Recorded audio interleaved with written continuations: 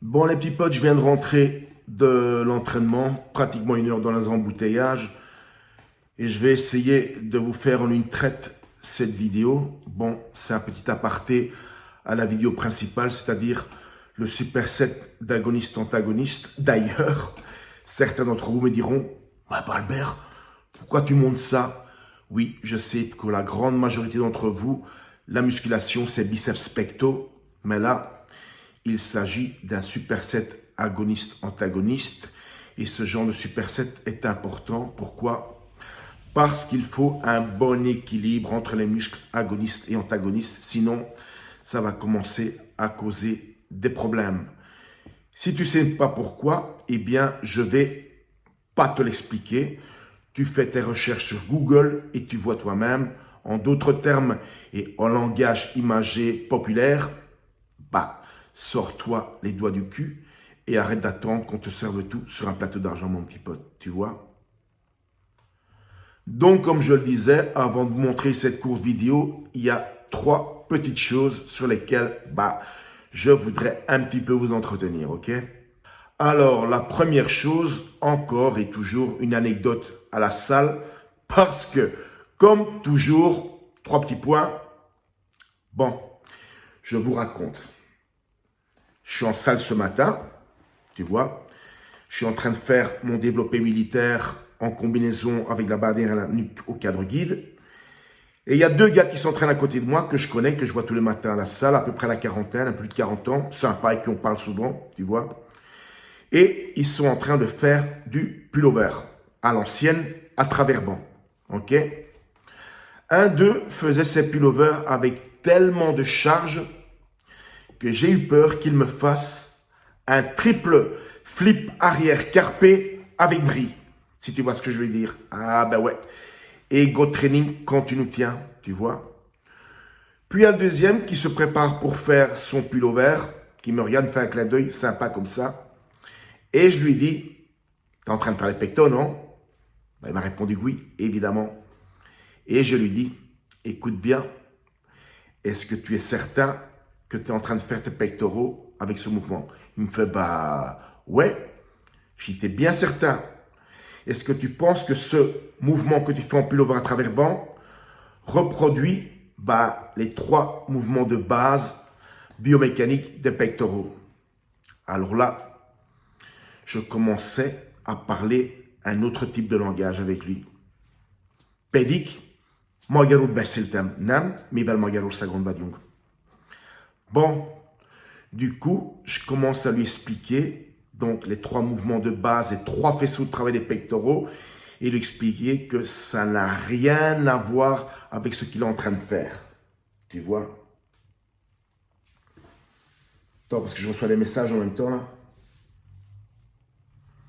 Bon, le gars en fait est en train de travailler avec des poids pas possibles. Et je lui ai dit, écoute bien, le bodybuilding, l'hypertrophie musculaire, la modification du physique, ce n'est pas une question de kilogrammes. Les kilogrammes en musculation appartiennent au sport de performance, powerlifting, compétition de développé couché, etc., etc. D'accord? Nous, on ne se base pas sur les kilogrammes. Eux, oui, parce que c'est là qu'ils vont être départagés, qui le gagnant ou pas. Et encore, rapidement, entre parenthèses, au cas où vous ne le savez pas, il y a des réformes qui viennent d'être apportées dans le powerlifting, parce que j'en ai déjà parlé il y a 1 an. C'est devenu tellement déformé les mouvements, je dirais c'est même scandaleux, parce qu'il y a des records de développé couché qui sont faits avec un débattement de 10 cm. Tellement le gars est cambré, tellement il prend large, que tout ce qu'il a à faire, c'est 10 cm de mouvement, tu vois. Il y a ce que vous appelez des soulevés de terre sumo. Ils ont tellement les jambes écartées qu'au moment où ils ont verrouillé le dos, ils ont soulevé la barre de 10 cm. Ils appellent ça un record, tu vois. Alors, pour ceux qui font de l'hypertrophie musculaire, quel que soit le niveau auquel vous voulez arriver, ok? Bon. Je vais rappeler encore une fois, gentiment, gratuitement, le tableau de référence des charges en hypertrophie musculaire qui, eh bien, est traduit en nombre de répétitions par série. OK? Bon, c'est parti. Charge super lourde de 1 à 3 répétitions. OK?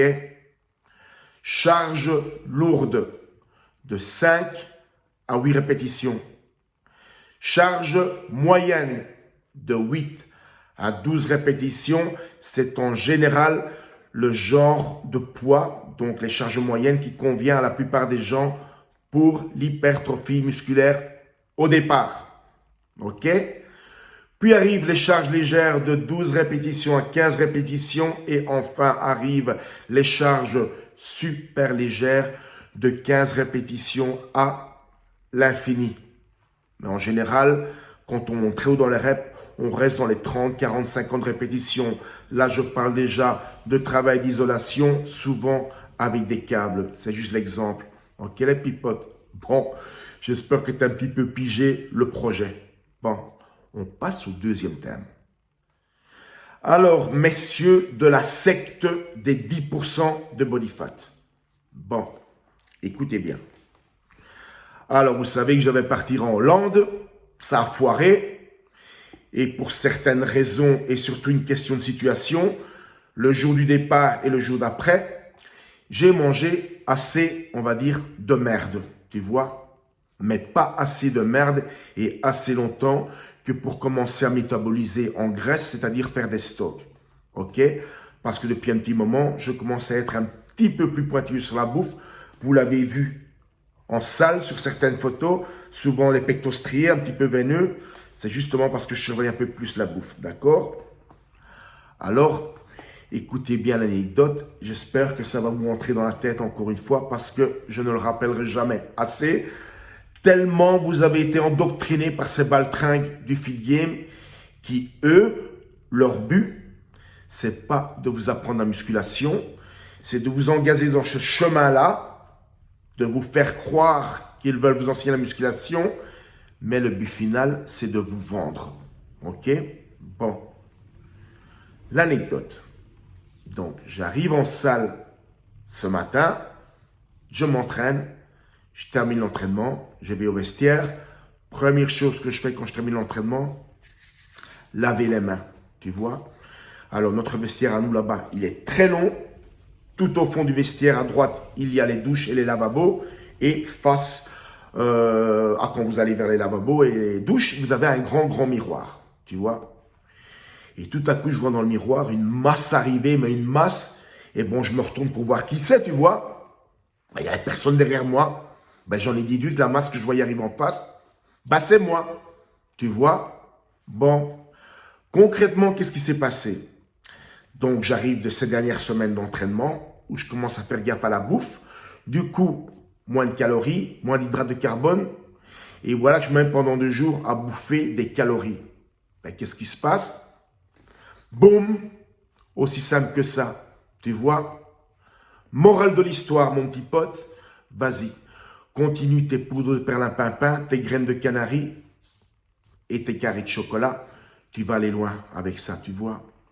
Alors écoute-moi bien de nouveau parce que là, c'est très important ce que je vais te raconter, monsieur le 10%. Tu vois, j'ai bien compris que les choses ont évolué, que de nos jours, tout le monde n'a pas envie de devenir bodybuilder, c'est-à-dire être énorme. On veut juste un physique athlétique et être, on va dire, sec. OK? Même pour avoir un physique athlétique, eh bien, il faut aller s'entraîner. OK? Et pour développer du muscle, il y a une technique de base. D'accord? Ça s'appelle l'entraînement ciblé et l'entraînement fractionné.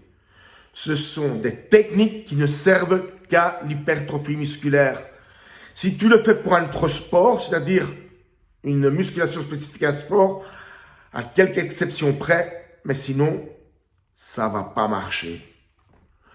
Entraînement ciblé, tu vas faire sur une séance plusieurs exercices pour le même groupe musculaire. Entraînement fractionné, tu vas commencer à diviser les différents groupes musculaires de ton corps pour faire ça par séance. OK? C'est la technique de l'hypertrophie musculaire et rien d'autre quel que soit le niveau auquel tu veux arriver, ok? Sortez de votre tête, c'est l'entraînement des dopés, des naturels, ça n'a rien à voir. La seule chose qui différencie la physiologie de quelqu'un qui prend les produits ou pas, eh bien, c'est la régénération. Elle est plus rapide, ok? Elle est plus rapide. L'entraînement est le même, à quelques différences, quelques paramètres de physiologie près, ok? Bon. Alors, si tu n'as toujours rien compris à ça, ben, il n'y a rien pour toi, tu comprends? Bon, on passe au troisième thème. Alors, ce matin, pour montrer, on va dire, un truc sympa, entre guillemets, à Super Chris, eh bien, je lui envoie une saisie d'écran de ma chaîne YouTube et plus précisément, les statistiques analytiques de la chaîne, tu vois. Et il se fait qu'en 28 jours, seulement 28 jours, eh bien, j'ai fait monter mes vues de 330% et généré en revenus pratiquement 130 $. Oui, rapidement pour les blaireaux qui vont encore utiliser les infos pour raconter de la merde. Oui, 130 $, c'est juste une réalité, tu vois. Mais il faut quand même que tu comprennes un truc avant que tu viennes raconter tes conneries du style que je vis au crochet de ma copine.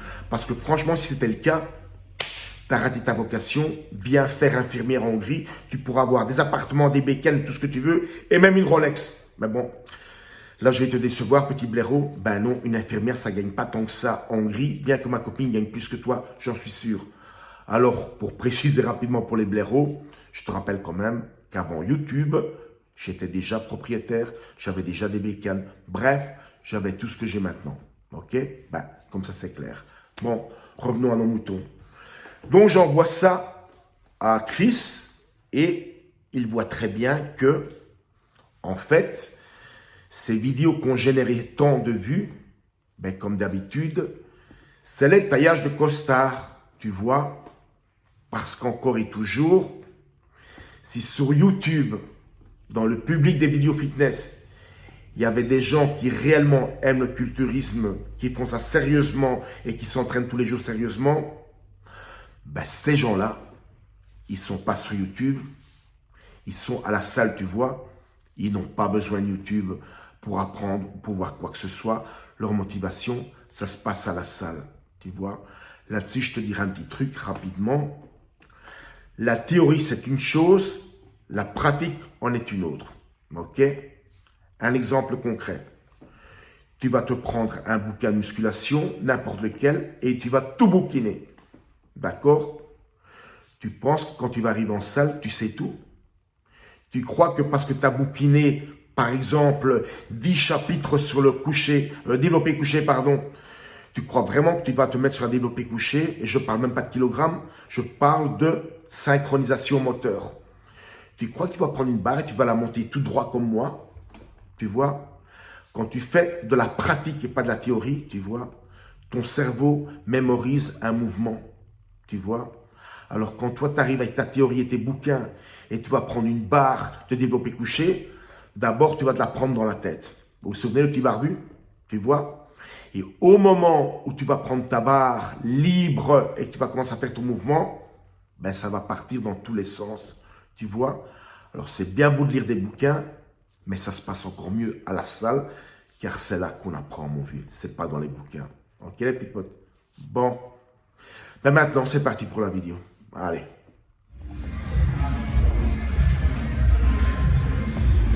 Bon les petits potes, sur ma chaîne, à part s'occuper des branleurs, ben, on apprend des choses aussi. Et là, je vais vous montrer le superset agoniste-antagoniste inconnu. Bon, c'est parti. Oh merde, j'oubliais. Je suis quand même un petit peu stressé de vous montrer ça, parce que je crois que un certain philosophe va piquer la vidéo pour l'envoyer à la Rock en France, pour nous faire une vidéo plus tard de sa nouvelle création, qui est en fait de l'appropriation d'autrui. Tu vois ce que je veux dire? Bon allez, maintenant, c'est vraiment parti. Agoniste, antagoniste, inconnu.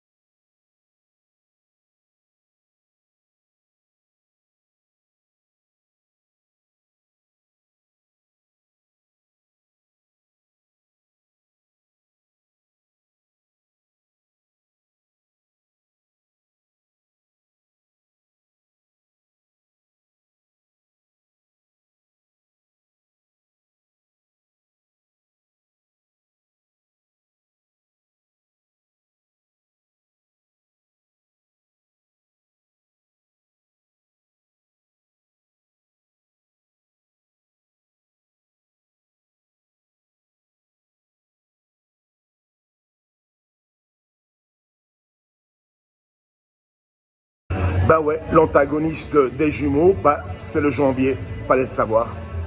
Bah tu vois, question musculation maintenant, tu seras un petit peu moins con.